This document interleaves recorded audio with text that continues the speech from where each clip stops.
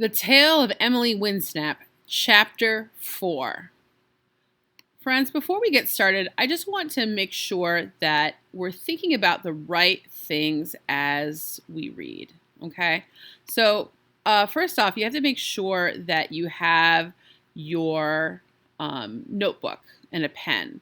And as you go to open up your book and you read, you have to be thinking about these questions. All right. So first of all, who's in the text and what's happening with them? So even if it's a character that we've already met, what's new? What's going on? What's changed with that character? Okay. And then we have to keep in mind, like, what's important? What's happening in this story, in this part of the story? What feels important? And then what are you learning about the problem? And then you have to be thinking about how that connects with what you read earlier.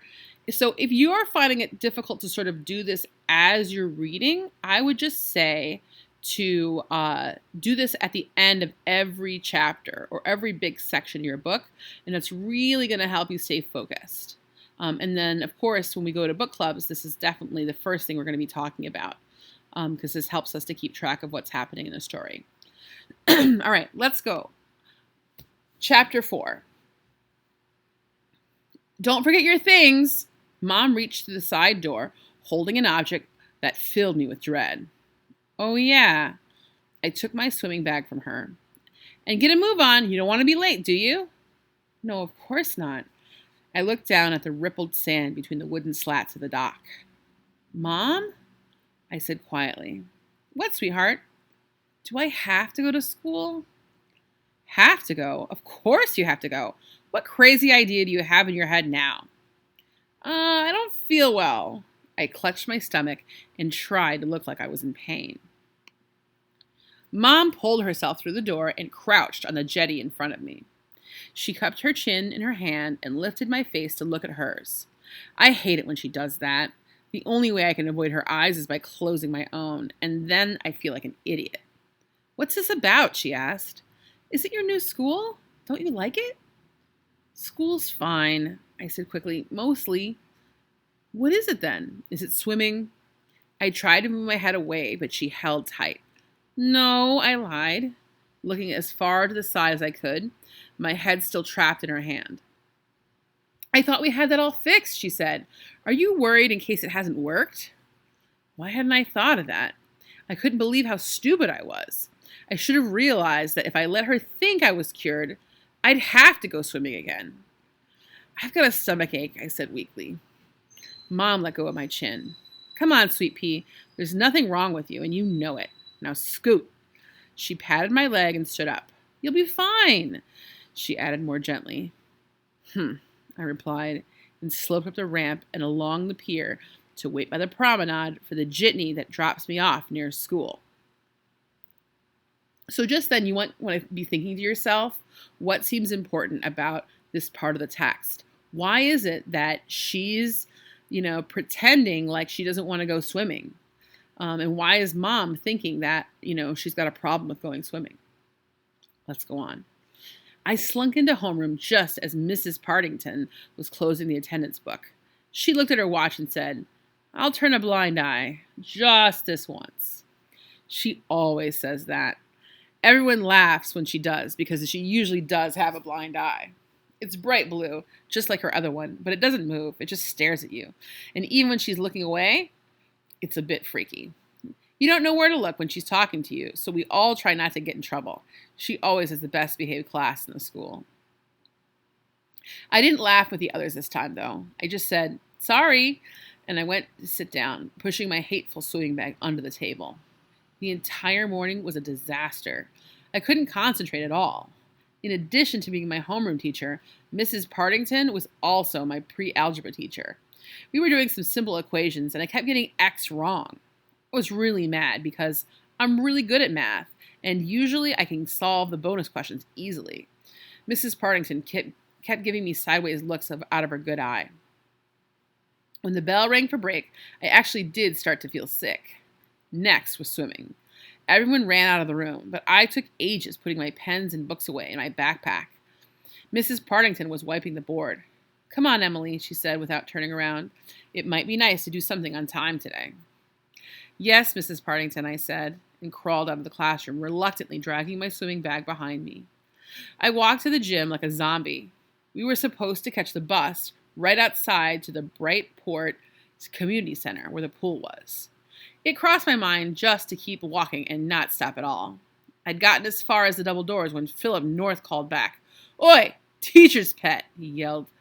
Everyone turned to see who he was talking about. Teacher's pet? What are you talking about?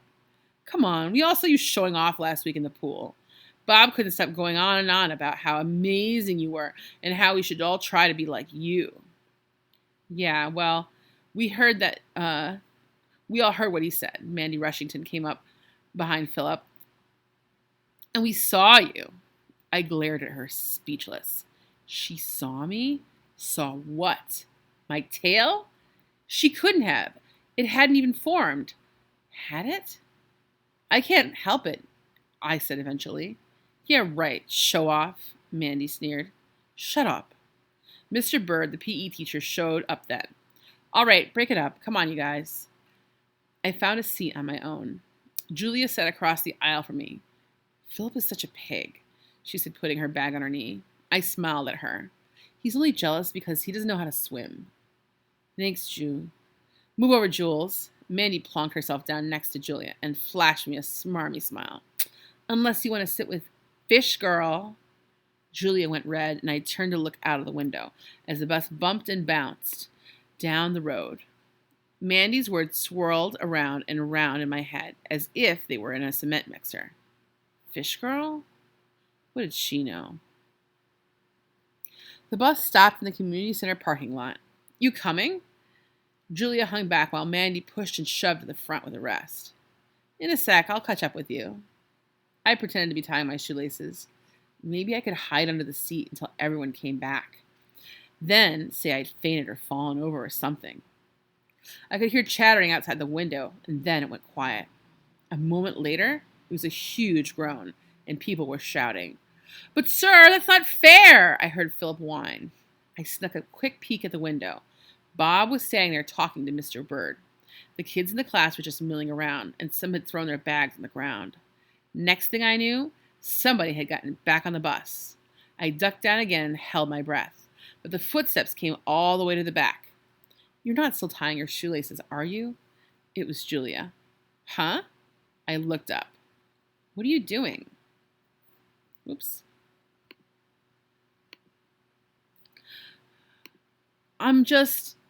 Doesn't matter anyway, she sat down. Swimming's canceled. What? The pool's closed. Budget cuts. They forgot to tell the school. You're kidding. Do I look like I'm kidding?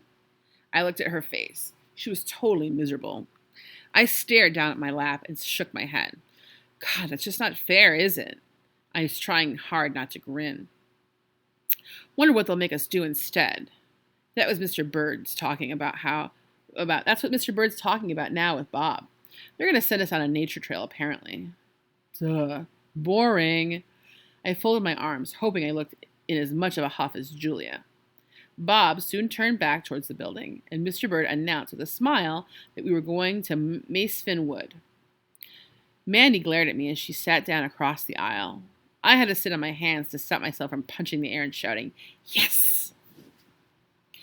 I went to bed really early so I could get a few hours sleep before sneaking out to meet Shona. I easily found my way to the rocks again, and was there first this time.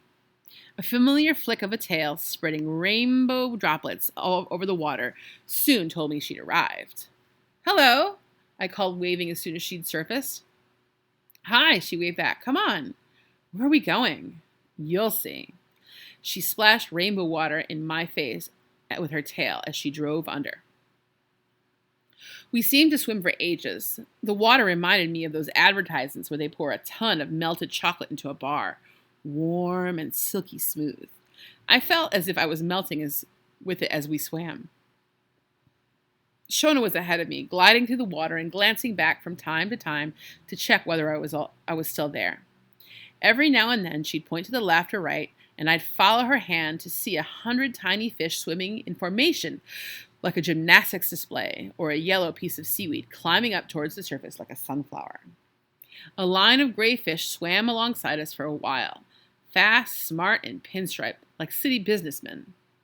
It was only then that we stopped and came up for air that I realized that we'd been swimming underwater the whole time. How did I do that, I gasped, speechless. Do what? Shona looked puzzled. I looked back at the rocks. They were tiny pebbles in the distance. We must have swum a mile. A mile and a quarter, actually. Shona looked slightly sheepish. My dad bought me a splishometer for my last birthday. A what? Sorry, I keep forgetting that you haven't been a mermaid very long. A splishometer shows you how far you've swum. I measured the distance from Rainbow Rocks yesterday. Rainbow what? You know, where we met. Oh, right. I suddenly realized I was out of my depth, in more ways than one. I wasn't sure if it would be too far for you, but I really wanted to bring you there. Oh, I really wanted to bring you here. I looked around. Ocean everywhere. What was so special about this particular spot? Why here? I asked. And anyway, you haven't answered my question. How did we do all that underwater? Shona shrugged and tossed her hair. We're mermaids, she said simply. Come on, I want to show you something. And with that, she disappeared again, and I dove under the water after her. The lower we went, the colder the water grew. Fish flashed by in the darkness.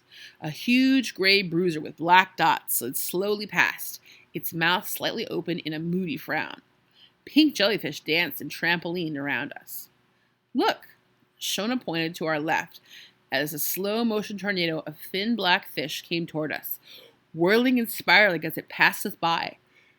I shivered as we swam deeper still. Eventually, Shona grabbed my hand and pointed down. All I could see was what looked like the biggest rug I'd ever seen in my life, made out of seaweed. What's that? I gurgled. I'll show you. And with that, Shona pulled me lower. Seaweed slipped and slid along my body, creaking and popping as we swam through it. Where was she taking me? I was about to tell her that I'd had enough, but then the weeds became thinner. It was as though we'd been stuck in the woods and finally made our way out, or to a clearing in the center of it. Anyway, we'd come to a patch of sand in the middle of the seaweed forest. What is it? I asked. What'd you think? I looked around me. A huge steel tube lay along the ground. Next to it, yards of fishing nets sprawled across the sand, reaching up into the weeds. A couple of old bicycles were propped up on a huge rusty springs. I have absolutely no idea, I said. It's like our playground. We're not really meant to come out here, but everybody does. Why shouldn't you come out here? We're all meant to stick to our own areas. It's too dangerous otherwise, too easy to get spotted, and this is really far from where we live. Shona swam over to the tube and disappeared. Come on! Her voice bubbled out from inside it, echoing spookily around the clearing. I followed her into the tube, sliding along the cold seal to the other end. By the time I came out, Shona was already flapping herself up the fishing net. I scrambled up behind her. Like it? Shona asked when we came back down. Yeah, it's wicked. Shona smiled at me blankly. Wicked? Wicked, cool? You mean like swishy? I laughed, suddenly getting it. Yeah, I guess so. I looked around me. Where's all this stuff from? Things fall into the sea or get thrown away, and we make use of it, she said as she pulled herself onto one of the bikes. She perched sideways on it, letting herself sway backwards and forward as the spring swung to and fro.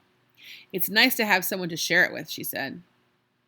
I looped my tail over the other one and turned to face her. What do you mean? What about your friends? Well, I've got friends, just not best friend. I think the others think I'm too busy cramming to be anyone's best friend. Well, you do seem to work pretty hard, I said. I mean, sneaking out at night to study for a test. Yeah, I know. Do you think I'm really dull? Not at all. I think you're swishy. Shona smiled shyly. How come there's no one else around? I asked. It's kind of creepy. It's the middle of the night, Gilbrain. Oh yeah, of course. I held onto the handlebars as I swayed forward and back on my swing. It would be cool to meet some other people like us, I said after a while. Why don't you then? You could come to my school. How? You don't have extra lessons in the middle of the night, do you? Come in the day. Come on Saturday. Saturday? She made a face. We have school Saturday mornings. Why not come with me this week? I'll tell them you're my long-lost cousin. It'd be evil. Evil? Oops. Sorry, wicked. I thought about it. Julia had actually invited me over this Saturday. I could easily tell Mom I was going there and then tell Julia I couldn't make it, but I was only just getting to know Julia. She may not ask me again. Then who would I have, apart from Shona? And then again, Shona was a mermaid. She was going to take me to mermaid school. When would I get a chance to do that? Okay, I said, let's do it. Great. Will your parents mind? You're kidding, aren't you? Nobody knows about me being a mermaid. You mean apart from your mom and dad? If you're a mermaid, they must be. I haven't got a dad, I said. Oh, sorry. It's okay, I never had one. He left us when I was a baby. Sharks, how awful. Yeah, well, I don't want to know. I don't want to know about him anyway. He never even said he was leaving, He just disappeared. And Mom's never gotten over it. Shona didn't reply. She'd gone very still and was just staring at me. What? I asked her. Your dad left you when you were a baby? Yes. And you don't know why he went? I shook my head. Or where? Nope. But after what he did to Mom, he can stay wherever he is, as far as I'm. But what if something happened to him? Like what? Like maybe he got taken away or he couldn't come back to you or something. He left us and we're fine without him. But what if he didn't? Shona, I don't want to talk about it. I haven't got a dad, okay? End of subject. I watched a shoal of long white fish swim across the clearing and disappear into the weeds. Seaweed swayed gently behind them. Sorry, Shona said. Are you still going to come on Saturday? I made a face. If you still want me to. Of course I do. She swung off her bike. Come on, we need to head back.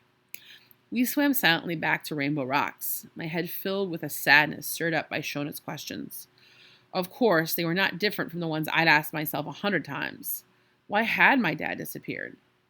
Didn't he love me? Didn't he want me? Was it my fault? Would I ever see him?